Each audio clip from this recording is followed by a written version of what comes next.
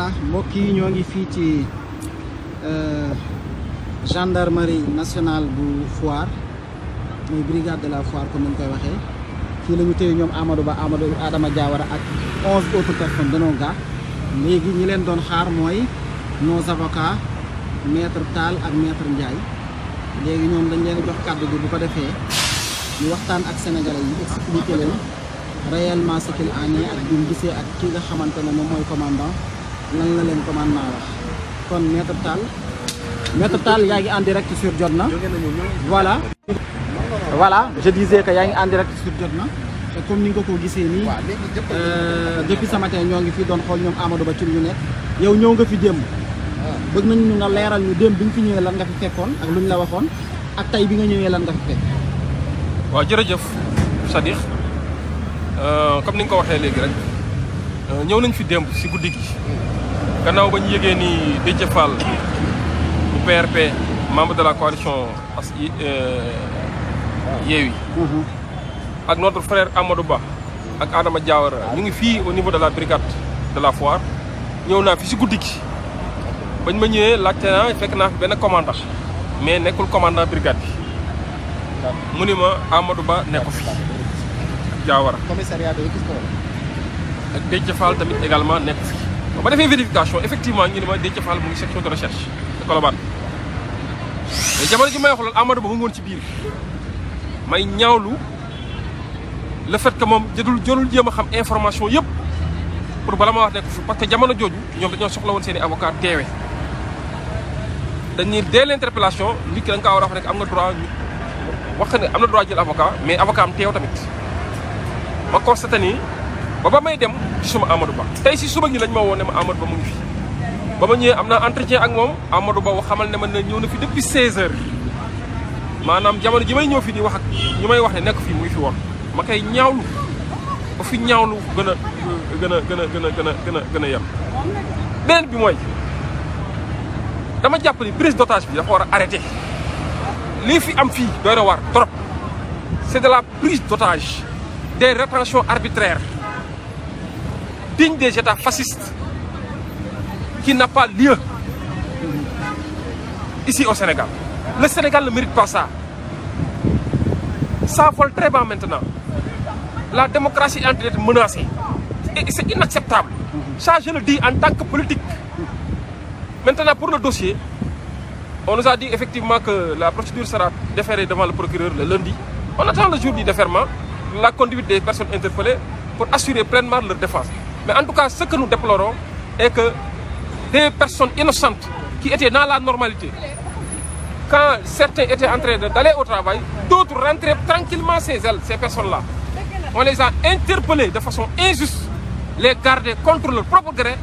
et maintenant leur coller une procédure qui ne repose sur absolument rien du tout. C'est une situation déplorable et franchement, ça n'honore pas du tout la justice, la démocratie et notre République. C'est vraiment moche, c'est vraiment lâche.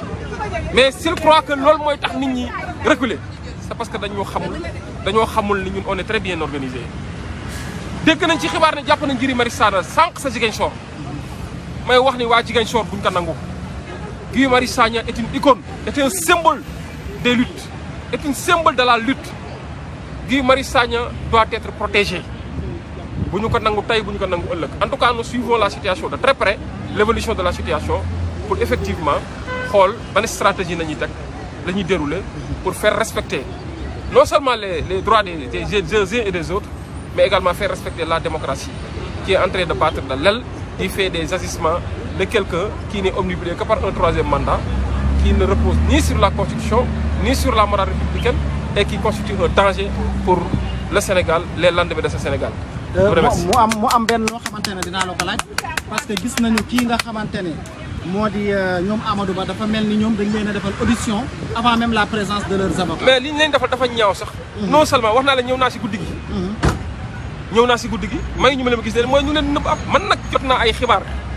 yiy wax ne en réalité hiérarchie bi ñoo jox ay ordre ne leen bu ñu leen jàppee bu leen kenn gis. jot nañ ko d'autant plus que defuñu ko fii rek def nañ ko feneen. sama confrère maître Babacar Ndiaye mi dal na ko biir commissariat central au niveau de la sécurité urbaine ma xëy ñaawlu. j'avoue que ba ma demee ba foofu man may nañ ma gis samay client mais kii tamit waroon nañu kaa may mettre dans des dispositions de le faire parce que loolu la loi bi wax pour man nag ku ne def liggéeyam les officiers de police judiciaire dañ def seen liggéey mais également avocat yi def seen liggéey vous ne pouvez pas faire votre travail et empêcher à l'avocat de faire son travail ça c'est une entrave inacceptable de la profession de l'avocat ñun nag dinañ ci réunir xool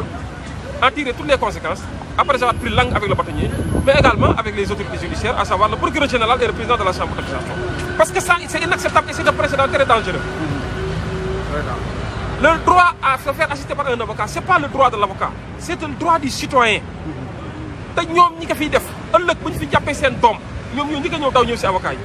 kon nañ jëm respecter ak yelleefu loi bi d'abord ak nit ñi te ñu ko bañ a jëlee doole yaakaar ni lu Macky Sall bëgg rek dañ ko war a def loolu du jàll fii si biir Sénégal